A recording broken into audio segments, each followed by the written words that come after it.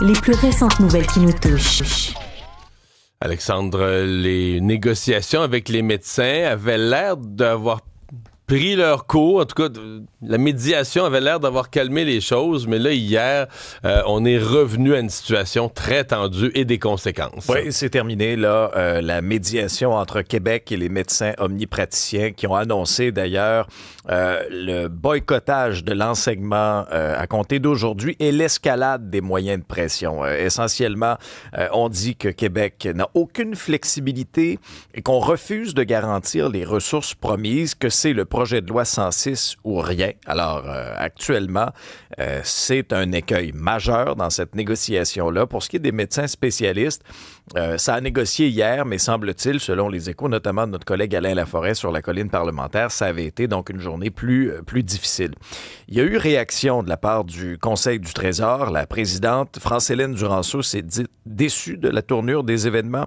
Elle soutient que le gouvernement a mis sur la table des engagements pour les GMF et rappelle que Québec est toujours prêt à négocier. Pour ce qui est des médecins de famille, il réclame maintenant, et c'est pas la première fois, là, l'arbitrage, comme ça a été le cas en Ontario, pour régler le conflit. Mais dans le cas des médecins de famille et de l'enseignement, il faut quand même se souvenir, on a fait l'entrevue ici là, avec les représentants des étudiants en médecine qui nous disaient, bon, là, les médecins spécialistes font plus d'enseignement, ça nous cause des ennuis.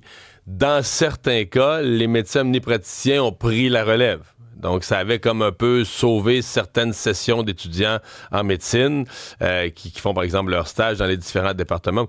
Et là, ça veut dire que là, il n'y a plus personne, il n'y a plus d'enseignement en médecine, donc ça vient compliqué.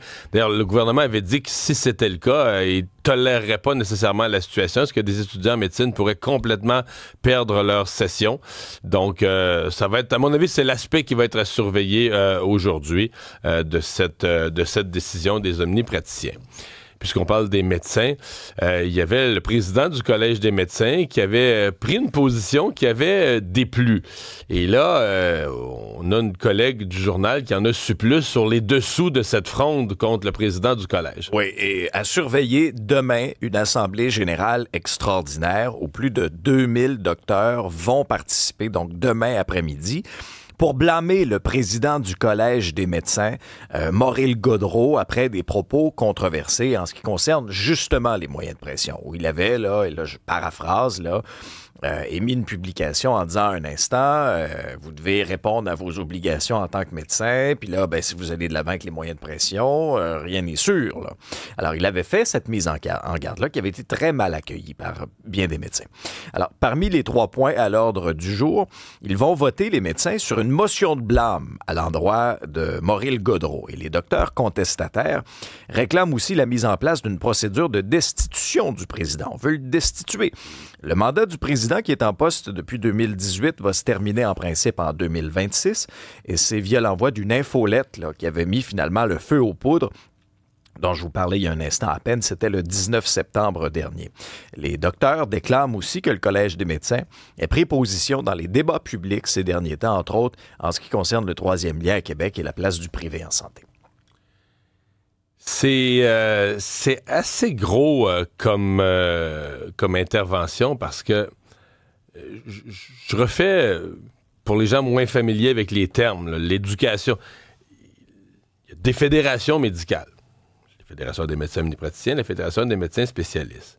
Ils ont un rôle bien précis. Ils représentent les médecins. Les médecins payent une cotisation, là, qu'on pourrait appeler syndicale, appelez-la comme vous voulez, payent une cotisation. Et ces gens-là les représentent. Ils sont présentement aux tables des négociations à discuter avec le gouvernement de rémunération, de conditions de travail, de tout.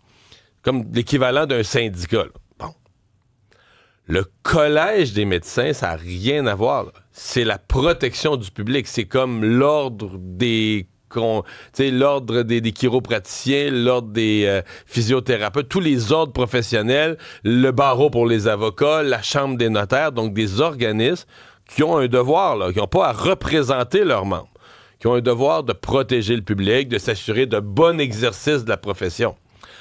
Alors, si Maurice Gaudreault, qu'on l'aime ou pas, là, l'individu, si Maurice Gaudreault est destitué, ça va dire que dorénavant, tous les futurs présidents du Collège des médecins, dans leur devoir de protéger le public, vont devoir se dire « Ouais, faut que je protège le public, mais sans contrevenir aux stratégies syndicales. Mais t'es pas supposé, le Collège des médecins serait même pas supposé regarder ça, les stratégies syndicales, là. Tu vois, il devrait avoir une œillère pour même pas les voir. Moi, ça me concerne pas. Les moyens de pression, les stratégies syndicales des médecins, je protège le public. Et là, ça interpelle, à mon avis, le Conseil interprofessionnel du Québec, l'espèce d'ordre des ordres, l'ordre au-dessus de tous les ordres des professions, de tous les ordres professionnels, et même le ministre Jean Boulet qui est responsable, c'est-à-dire, est-ce que l'esprit de la loi sur la façon dont on gère les professions au Québec et la protection du public, est-ce que l'esprit de la loi est respecté par un tel vote ou est-ce que la protection du public est compromise? Alors, pour moi, c'est majeur. On va parler à la journaliste du journal, Héloïse Archambault, qui est allée, qui a un peu les dessous là, de ce qui s'est tramé avec les médecins. C'est elle qui écrit là-dessus.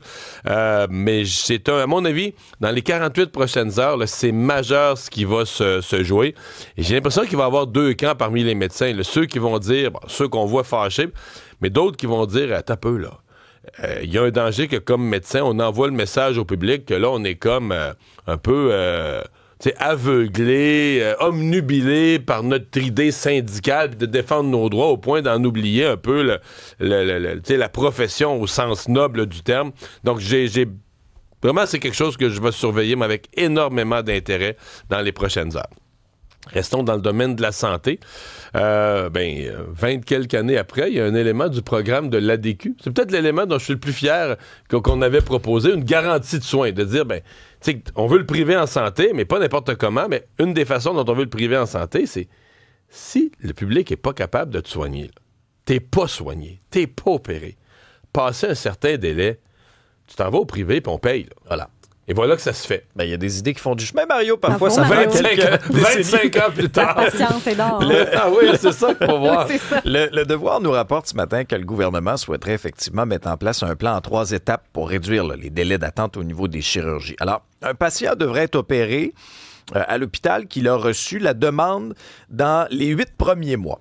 Si on va au-delà de la période de 8 mois, alors il y aurait une prise en charge par un autre médecin ou par un autre hôpital qui serait offert aux patients. Mais là, les délais continuent de s'accumuler. Et après 1 an d'attente, là, la chirurgie pourrait être réalisée au privé. Sans frais. Voilà. Pour le patient. C'est quand tu dis sans frais, pas sans frais mais sans frais pour le patient. C'est ce que nous, on appelait la garantie de soins. C'est ce que j'appelais à l'époque la garantie de soins. C'est qu'à un certain point, tu payes des impôts. T'as un genou qui marche pas, t'as une hanche qui marche pas, il y a un délai prévu. Si le délai n'est pas respecté, passé une certaine date, tu peux te faire soigner. T'as le droit Bon, là, ça va soulever des questions budgétaires. Je dis pas que tout ça est simple, mais je suis tenté de dire... là, c'est Santé Québec là, qui avance avec ça. Fait que pour moi, là, c'est peut-être une des premières fois où ça me répond à une question. Parce que, tu sais, la question, ça sert à quoi Santé Québec? On dit, OK, là, c'est plus les CIS, les CIUS, tout ça relève maintenant d'un même organisme. Si Santé Québec commence à dire, moi, je gère par... Parce que moi, ce que je pense, c'est que tu gères par résultat. Les gens, c'est pas de dire, le processus, il faut que ça passe par le CIS puis le CIUS. Non.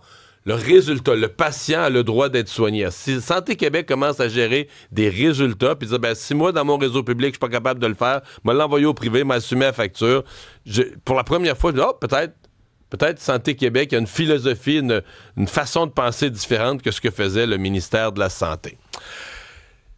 La rougeole au Canada qui fait l'actualité, et c'est peut-être, si on se fait au Globe and Mail ce matin, elle va peut-être faire la chaude actualité au cours des prochaines semaines. Hein? C'est qu'il y aura une rencontre de la Commission régionale de surveillance et de revendication pour l'élimination de la rougeole et la rubéole. Ça va avoir lieu en novembre là, à Mexico. Et ce qu'il y a de particulier, c'est qu'à ce moment-là, selon le Globe and Mail, le comité international va déterminer si le Canada maintient son statut ou non d'élimination de la rougeole. Pourquoi on se retrouve dans cette situation-là? Notamment en raison de la baisse de la vaccination. Essentiellement, là, c'était endémique là, au Canada. Là. On voyait plus ça depuis à peu près 27 ans. Sauf que là, petit à petit, il y a des cas qui ont fait leur apparition, si bien que là, il y a au moins 2 personnes qui en sont mortes. Plus de 5000 personnes ont été infectées depuis octobre dernier. Et là, ce qu'il faut faire, l'échéance qu'il faut respecter d'ici donc la fin du mois, le 27 octobre, il faudrait comme briser la chaîne d'infection. Or, c'est très peu probable que ça arrive. Et si on ne brise pas cette chaîne d'infection, visiblement, là, on pourrait se voir retirer notre statut d'élimination de la maladie dans un pays aussi moderne que le Canada. Parce que le Canada, c'est ça. Le Canada est sur cette liste de pays où on considère, depuis 28 ans maintenant, on considère éliminer la rougeole. Là. Et là, on redeviendrait un pays où la rougeole est présente. C'est vraiment particulier. C'est inquiétant, non? Oui. Ben, c'est le contraire du progrès, là. C'est le contraire de ce qu'on pourrait espérer. Bon, c'est un Doug Ford de pas de bonne humeur qui va rencontrer M. Carney ce matin. Ah là, il tape du pied hier. Son point de presse, là, vraiment, il était là, enragé, frustré de la décision de Stellantis, donc de relocaliser, si vous voulez, là, la production de ce Jeep Compass, un petit VUS, de l'Ontario jusqu'aux États-Unis dans le cadre d'un investissement de 13 milliards de dollars. Initialement, le modèle était produit à Brampton, en Ontario, et ce sera transféré aux usine États-Unis. qui est arrêtée, qui est sur pause. Qui est déjà sur pause depuis cet hiver. Mais là, on devait reprendre les activités. Ouais. On devait recommencer la production du Compass. Ouais, et là, ben, la production ne se fera plus ici au Canada, va se faire aux États-Unis. Stellantis dit, ben, on va trouver une autre utilité à l'usine de Brampton, mais ça touche quand même au-delà de 3000 employés. Alors aujourd'hui, à surveiller Doug Ford qui va rencontrer le premier ministre Carney, ça se passera à Toronto. Hier, en point de presse, là, il disait à propos de M. Carney, là, si vous ne pouvez pas avoir d'accord, commencez donc à donner des coups en retour. Il faut commencer à frapper fort les États-Unis. Alors, Doug Ford s'impatiente. Je ne sais pas s'il va renfiler son costume de capitaine Canada ou sa casquette, là. Mais vraiment, il commence à en avoir plein son casse, d'être tanné de rester les bras croisés. Et son gouvernement songe à imiter aussi le fédéral et poursuivre Stellantis. On sait qu'hier, Ottawa a demandé aux constructeurs de respecter ses obligations qui découlent de milliards de dollars d'aide financière et d'investissement, notamment. Élection municipale à Québec. Excusez-moi, là, je vais prendre l'expression, ça tourne au cirque. Ouais. Ce qui me concerne. Et le plus récent épisode de la saga entre Sam Hamad et Stéphane Lachance, donc deux partis, si vous voulez, si je vous simplifie ça, là, bon, il y a Bruno Marchand qui est en tête dans les intentions de vote, et là, si on regarde le deuxième et le troisième candidat et parti... Qui ont en commun d'être anti-tramway quand même, mais qui sont un peu dans la même clientèle de vote. Et puis là, si on additionne les deux dans les sondages, ben, ils seraient devant Bruno Marchand. Alors, il y avait cette possibilité d'alliance qui avait circulé la semaine passée, mais là, au cours des dernières heures, on a appris que Sam Hamad avait affirmé que le parti de Stéphane Lachance lui avait offert d'être directeur général de la Ville de Québec en échange de son retrait de la course à la mairie, qui est bien sûr un avantage illégal. Alors, l'ancien ministre libéral dit avoir demandé à ses avocats de contacter le directeur général des élections pour offrir leur pleine collaboration si jamais il y a enquête là-dessus. D'ailleurs, là, on se lance la balle. M. Hamad croit maintenant que M. Lachance et son directeur de campagne devraient maintenant se retirer de la course. Lui, ce qu'il dit, c'est que j'ai pas fait non plus de contre-proposition à l'équipe Lachance là-dessus. C'est dit choqué. La ministre des Affaires municipales, Geneviève Guilbeault, aussi, s'est dit préoccupée par les tractations entre les partis de Sam Hamad et de Stéphane Lachance. Deux choses. Au niveau juridique, à la première vue, ça paraît illégal, mais, parce qu'on a un exemple si récent. Il y a quelques semaines... Mais oui, à Saguenay, il y a quelques semaines, la mairesse de Saguenay a été condamnée pour exactement ça, l'avoir offert une job à quelqu'un en échange de se retirer. C'est exactement le dossier. Ceci dit, les gens de Québec sont des enfiers. Et toute l'affaire Hamad, Lachance, je sais pas, là, je l'ai dit, ça fait comme un cirque, ça fait comme... Moi, je pense que Bruno Marchand, là, c'est excellent pour lui. Tu frottes tes mains. Parce que, tu sais, comme au-delà d'être pour ou contre le tramway, il y a comme un statut d'avoir un maire de Québec qui soit un personnage qu'on prend au sérieux. Puis je me répète, les gens de Québec sont des gens fiers. Leur maire, les Labaume, l'Allier, Jean Pelletier, des maires avec de la stature. Alors, est-ce que tu vas voir ton maire là, qui sort d'un lançage de boîte? Écoute, je pense pas que c'est bon pour ni un ni l'autre. J'ai l'impression que c'est Bruno Marchand. Lui, il est le premier. Déjà que l'opposition se divise, en plus, l'opposition se ridiculise. C'est du bonbon pour lui. Bien triste nouvelle qu'on a appris hier soir. Ça secoue tout le monde, cette nouvelle-là. Alexandra Diaz, que vous connaissez comme autrice, comme journaliste, elle qui a popularisé le air fryer au Québec. Oui, qui est devenue une spécialiste, une vraie spécialiste du air fryer. Vraiment, avec ses différents livres de recettes. Elle vient d'en sortir un nouveau, d'ailleurs. Elle a fait l'annonce sur ses réseaux sociaux hier qu'elle est atteinte d'un cancer du sang, lymphome du manteau. Elle dit, bon, oui, manteau, mes proches ont fait un rire nerveux quand j'ai dit ce mot-là. Moi non plus, je n'avais jamais entendu parler de ça. Moi, j'avais jamais entendu l'infôme du manteau. non, Moi là. non plus. Mais ce qu'elle dit, c'est qu'elle veut se servir de l'humour pour passer au travers, qu'elle va commencer ses traitements de chimiothérapie éminemment pour une période de 6 mois. Elle dit, j'espère que je pourrai apporter mon air fryer à l'hôpital. Elle a expliqué aussi à ses enfants que ce qui s'en venait pour elle, c'était des apprentissages. Elle dit, je veux dire comme Jane Fonda, le cancer est un professeur. Donc, c'est comme ça qu'elle l'a amené sur les réseaux sociaux, mais bien sûr, il y a eu déferlement de messages de support et de soutien. Parce que c'est un cancer très sérieux. Très là. virulent. Ouais. On lui envoie assurément des ondes positives, mais Vraiment, certains pour vraiment. ses proches, pour elle, ces nouvelles-là, quand ça tombe, là, c'est comme un coup de masse. Toutes nos pensées sont avec elle. Justine, qui est là au sport ce matin, eh bien, on craignait que les Blue Jays, ce soit après 2 défaites à domicile. On se dit, ouais, là, ils vont à Seattle, qu'est-ce que ça va donner? Et ils sont encore là? Ils sont encore là, puis je te dirais qu'en première manche, j'ai eu des inquiétudes parce qu'on a eu une impression de déjà-vu, hein, parce que Rodriguez, tout comme dans le match numéro 2, a envoyé une longue balle de l'autre côté. Et là, on s'est dit, ça y est. C'est parti. On a l'impression de déjà-vu, ça recommence, tout ça.